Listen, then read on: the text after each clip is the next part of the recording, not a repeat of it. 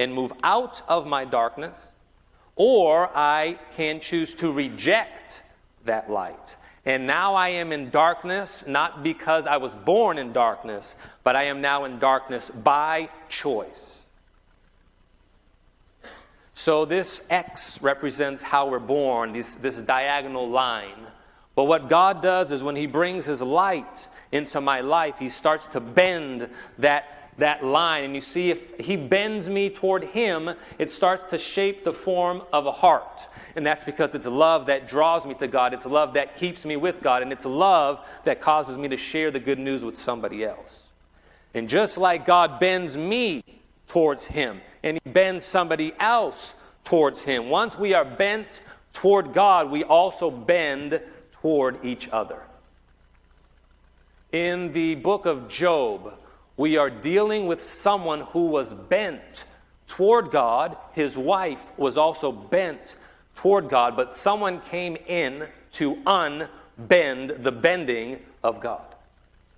Satan came to bend them back, bend especially Job back.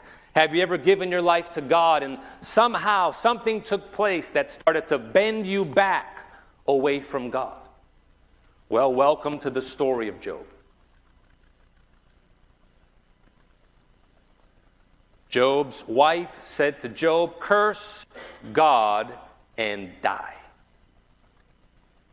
Sometimes the devil uses people in our life, sometimes those that are the closest to us, to try to bend us back away from God.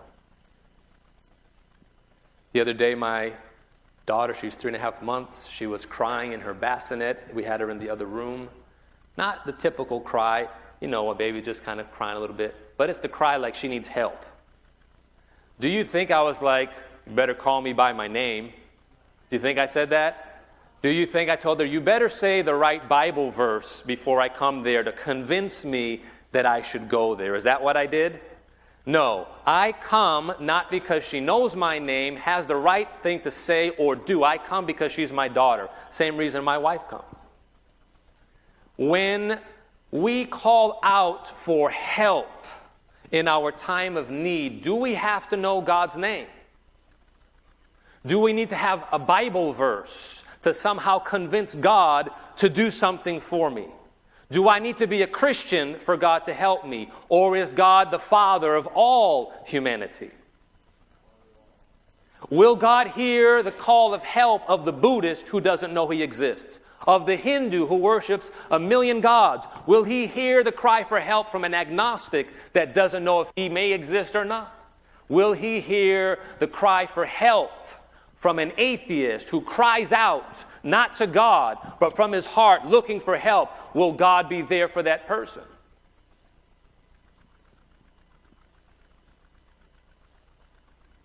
God's grace is not limited to believers. On the cross, Jesus said, "Father, forgive them, for they know not what they do." And who was He referring to?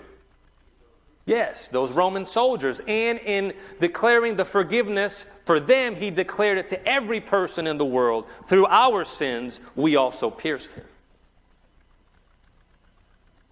But as believers, we have the privilege of experiencing an extra amount of God's grace because we're actively seeking it.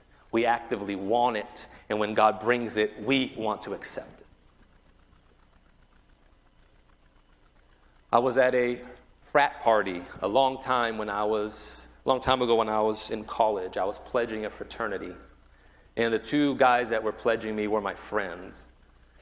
And so when I got there, their friends said, this is what they said: "We want to get with your boy." Do you know what that means? That means they wanted to haze me. You know what hazing is? Hazing is what they do in a fraternity where they may hit you or some way abuse you. There have been people that have died in the pledging process in a fraternity from foolish things that young guys do to other young guys. You know what my friend said? Said no.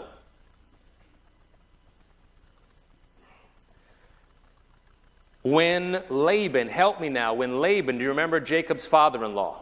When Laban came back, because Jacob had left with Laban's daughters, when Laban came back and he wanted revenge, remember God appeared to him on the way there? And what did God tell him when Laban wanted revenge on Jacob? God says, no.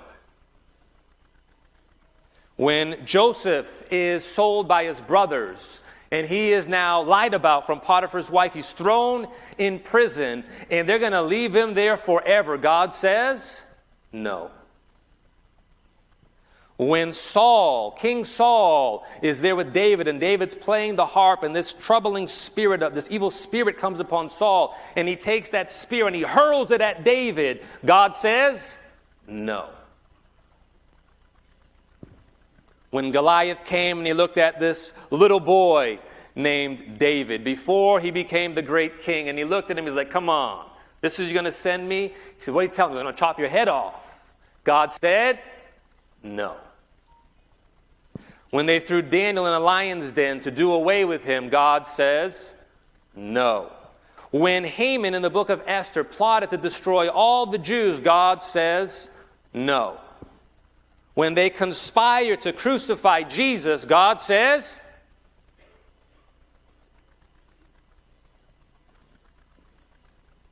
he said yes.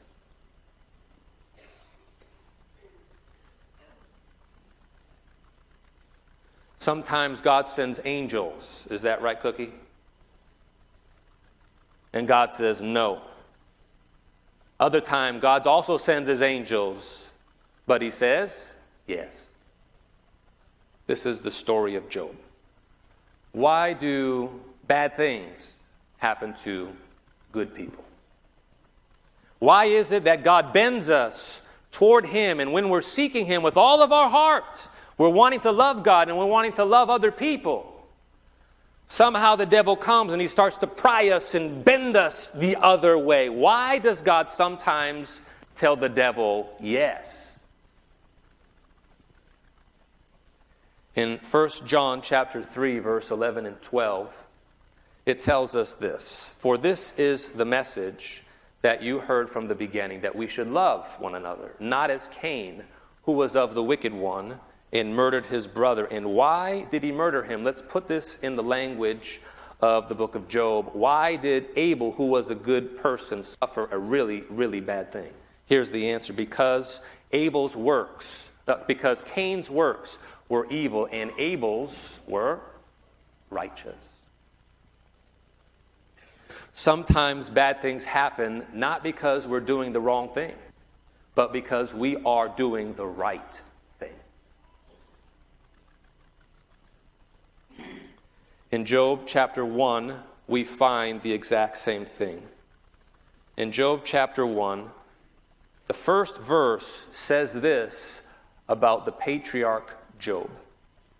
There was a man in the land of Uz whose name was Job. And that man was blameless and upright, and one who feared God and shunned evil. Now, this is not simply the commentator writing down what he thought about Job. In fact, the book of Job is the first book that was written of the Bible.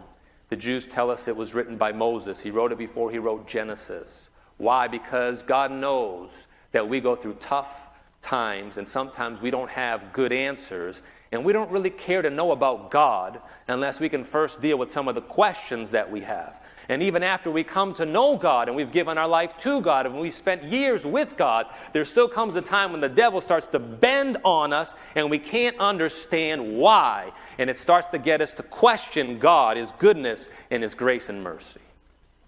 This is the book of Job. Verse 8 says it's not simply what Moses is writing about Job, but verse 8 tells us what God thinks of Job. Then the Lord said to Satan, have you considered my servant Job, that there is none like him on the earth, a blameless and upright man, one who fears God and shuns evil. What did God think about Job? when his eyes ran to and fro over the earth, when he was going to pick one person out of all humanity that he was going to say, this is the one that's really seeking me, and there's nobody like him, like her. Who did he pick? Pick Job.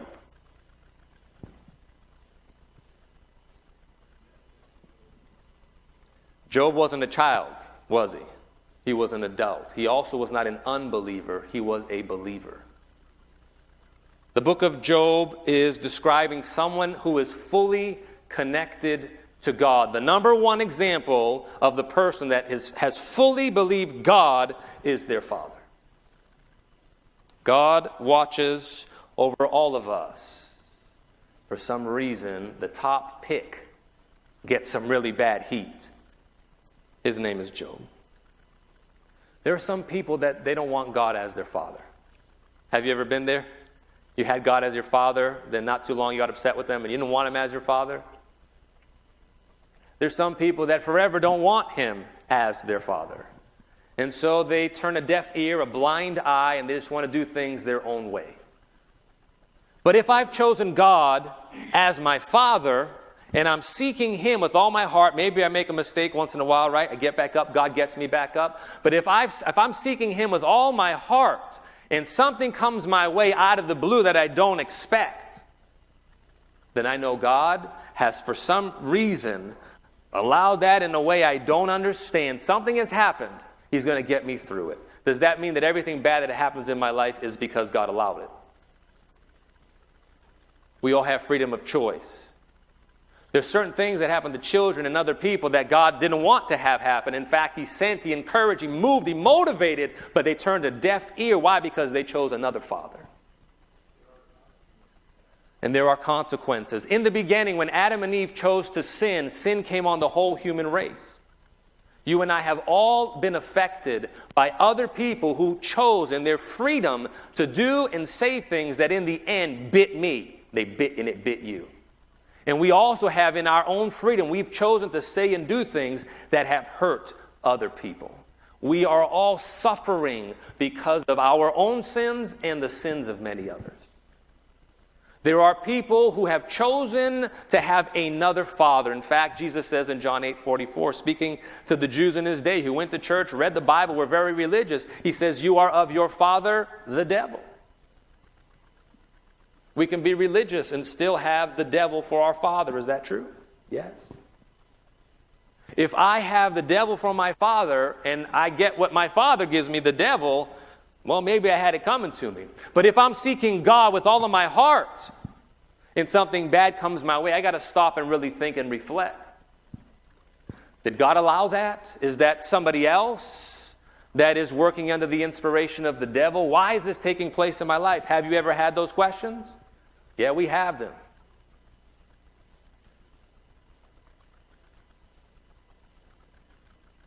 At one point, when I was first married, about to fall asleep, in that in-between stage, I heard a voice that said, deny Christ, and I'll give you everything you want. Do you think the devil is still interested in bending us away from God, whether it's through pleasure or pain?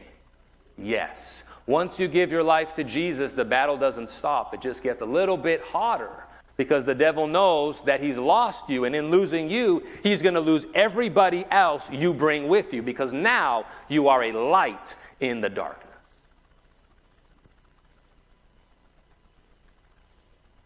If we allow the devil to somehow make us into a somebody, when Jesus returns, I'm going to be a nobody. I'd rather be a so-called nobody now. And when Jesus returns, declare to all the world, Jesus will declare that I am a somebody. In Job chapter 1, verse 22, after Satan tries Job for the first time, this is the summary of Job's reaction. Job chapter 1, verse 22. In all this, Job did not sin, nor charge God with wrong. And now chapter 2 tells us that the devil came back and he says, oh, come on, God.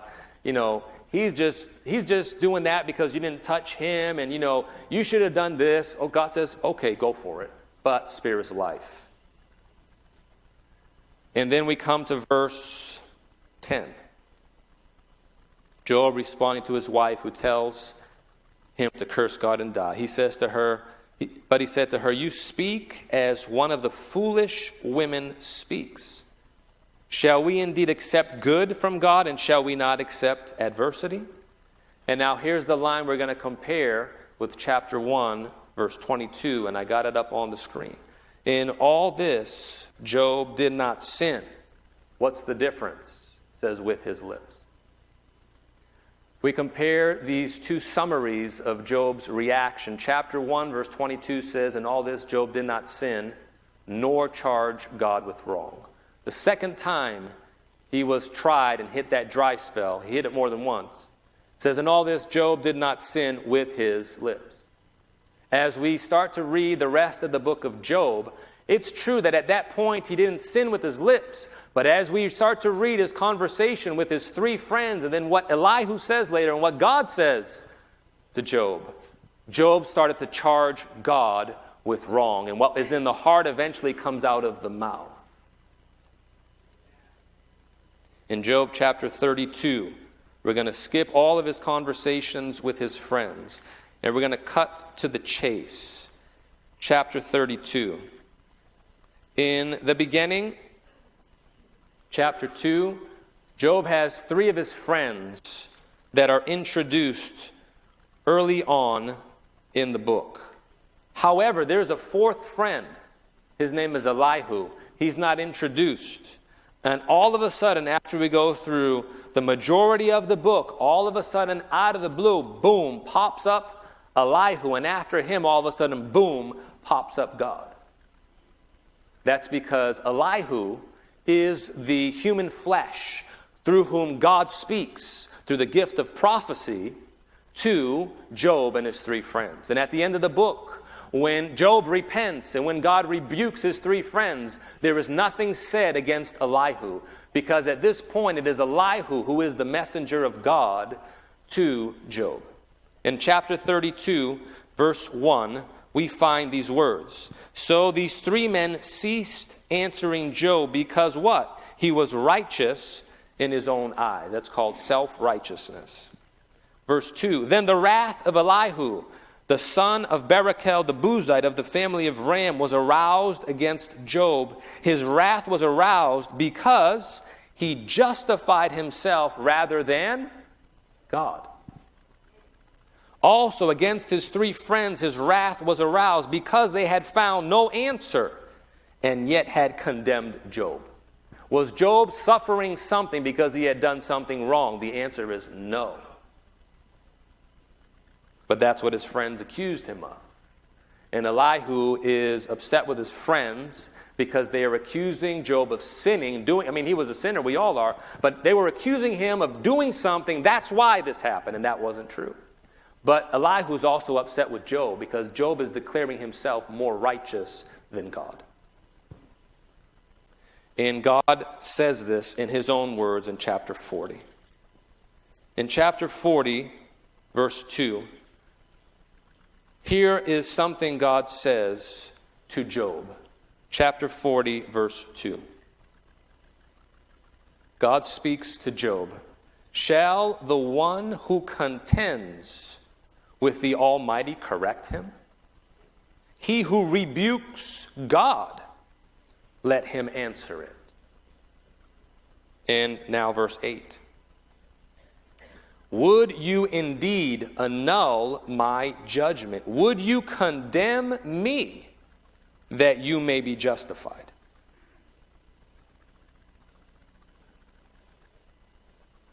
Do you think Job had a response to God's rebuke? He does. It's in chapter 42 as we close the book, verse 5 through 6, the tail end of his response. Chapter 42, verse 5, Job says to God, I have heard of you by the hearing of the ear, but now my eye sees you. Therefore, I abhor myself and repent in dust and ashes. When Job had not seen God and he looked at himself and he knew he hadn't done anything to deserve that, that was true. He knew that his friends were accusing him falsely. He knew that was true.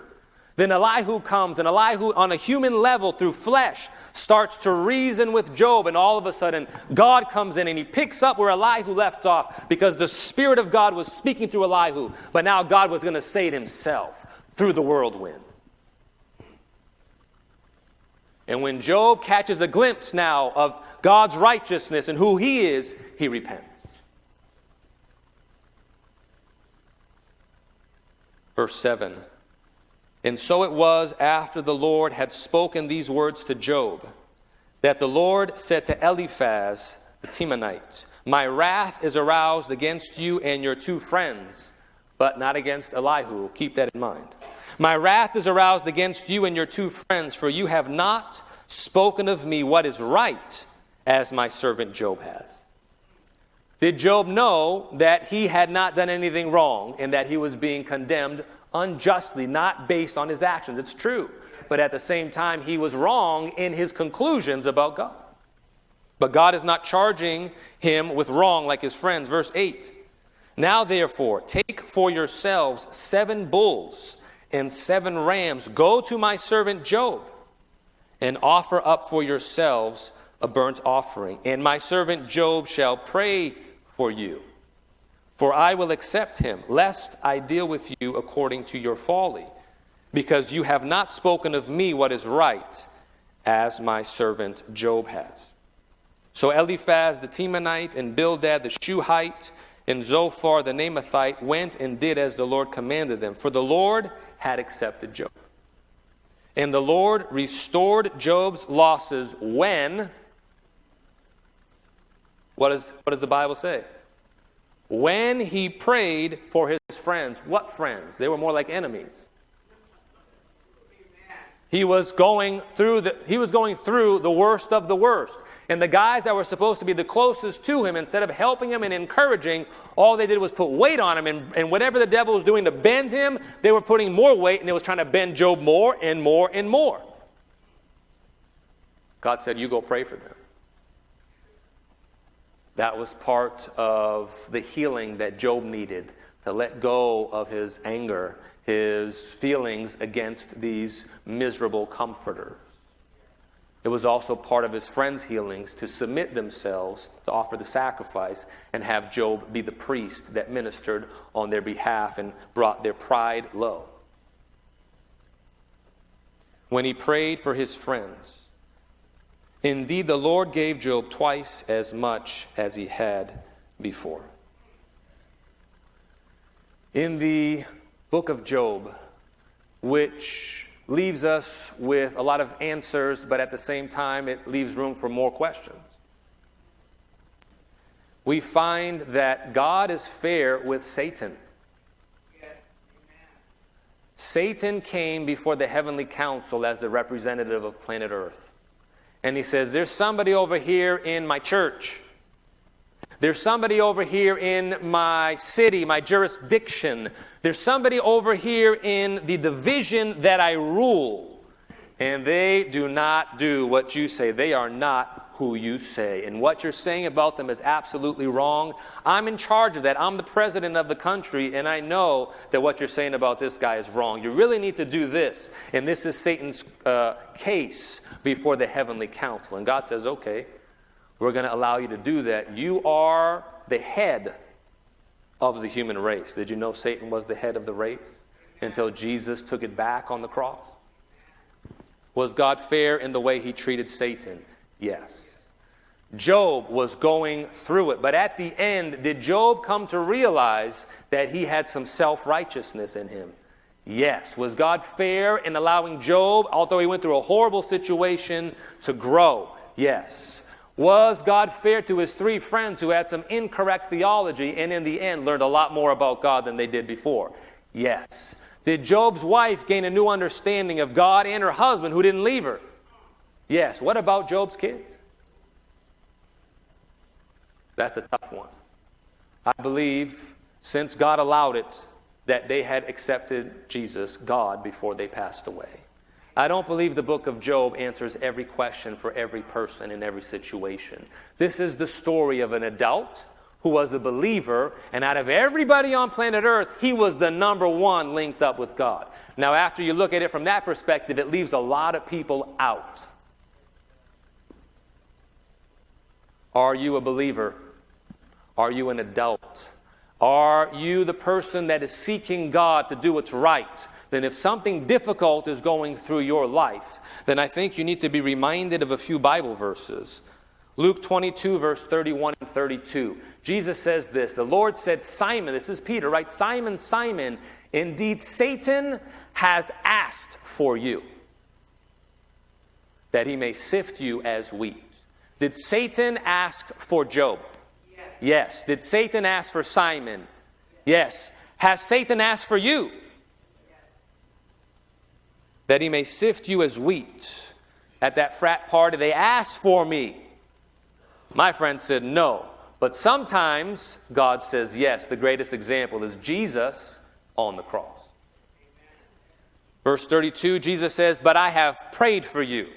You're going through it. Do you know that Jesus is your intercessor? Satan's not the representative of the human race anymore. Jesus is the representative. But I have prayed for you that your faith should not fail. Did Peter's faith start to fail? Yes. Did God bring him back and restore him again? Yes. I have prayed for you that your faith should not fail. And when you have returned to me, strengthen your brethren. Coming back to God is not just about me being made right with God. It's about me ministering to others and giving other people the strength that God has blessed me with. What happens when you go through a horrible car wreck? What happens when there's an accident in your life that you didn't foresee? There's a medical condition. Someone drops out of your life that you thought would be there for the long haul. What happens when the job you thought, the person you thought, nothing pans out? What happens when you're doing everything right and it seems that everything is going wrong?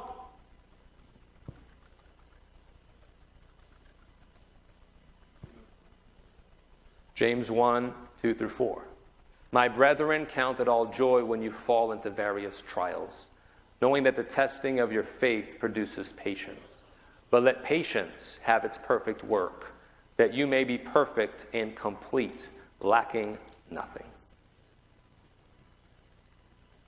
1 Peter 1, 6 and 7. In this you greatly rejoice, though now for a little while, if need be, you have been grieved by various trials, that the genuineness of your faith, being much more precious than gold that perishes, though it is tested by fire, may be found to praise, honor, and glory at the revelation of Jesus Christ. Romans 8:28, and we know that all things work together for good to those who love God, to those who are the called according to his purpose. Doesn't say all things feel good. Doesn't say all things come from God. But God has a way to take everything that happens, regardless of how it happens, and he brings something good out of it. 2 Timothy 3, verse 10 through 12, Paul says, but you have carefully followed my doctrine, manner of life, purpose, faith, long-suffering, love, perseverance, persecutions, afflictions, which happened to me at Antioch, at Iconium, and at Lystra. What persecutions I endured, and out of them all the Lord delivered me. Yes, and all who desire to live godly. Do you desire to live godly in Christ Jesus? You will suffer persecution. We don't follow God, seek God, love God. Maybe we make a mistake, but we want to get back up and do things right, and we're giving our all for God. Everything that we know, we're focusing on Jesus, reading his word, praying. We're trying to follow the Lord. And then something bad happens. And we say, why? You ever got a call and, maybe you got a call from your boss and maybe you think, maybe there's something wrong? Ever had that? The pastor calls you for a visit. You're like, oh, did I do something wrong? Well, how do you know you did? Maybe the pastor just wants to visit you to get to know you. Ever got a call and you're wondering, like, whoa, did I do something wrong? Something bad happens in my life and I'm doing everything that I know to follow God. And the first question I have is, I must be doing something wrong. Maybe it's because you're doing everything right. Or you're trying to do everything right. Maybe it's like Cain, who killed Abel because Abel was doing everything right. Maybe it's like Job, who was persecuted because he was doing everything right. Maybe it's like Simon, who wasn't perfect, but he was trying to follow Jesus and do everything right, and Satan asked for him. If Satan's not worried about you, he's not asking for you. But if you're going through it, it's because the devil's worried about it, and he's asking for you because he wants to try you. Most of the time, God says no. Thank you, Jesus. But sometimes God says yes.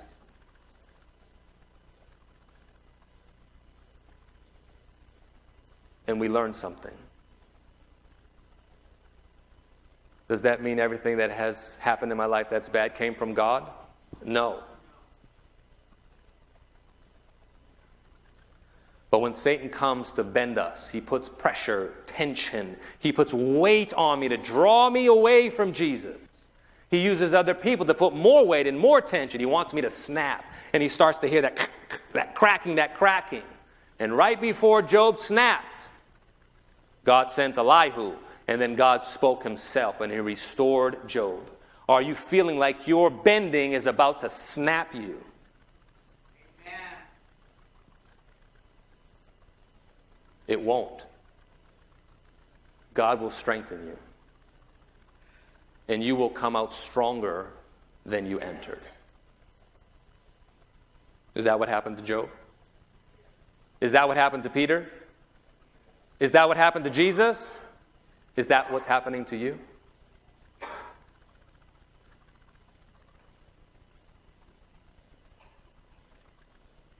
Lord, I want to pray today. We want to follow Jesus.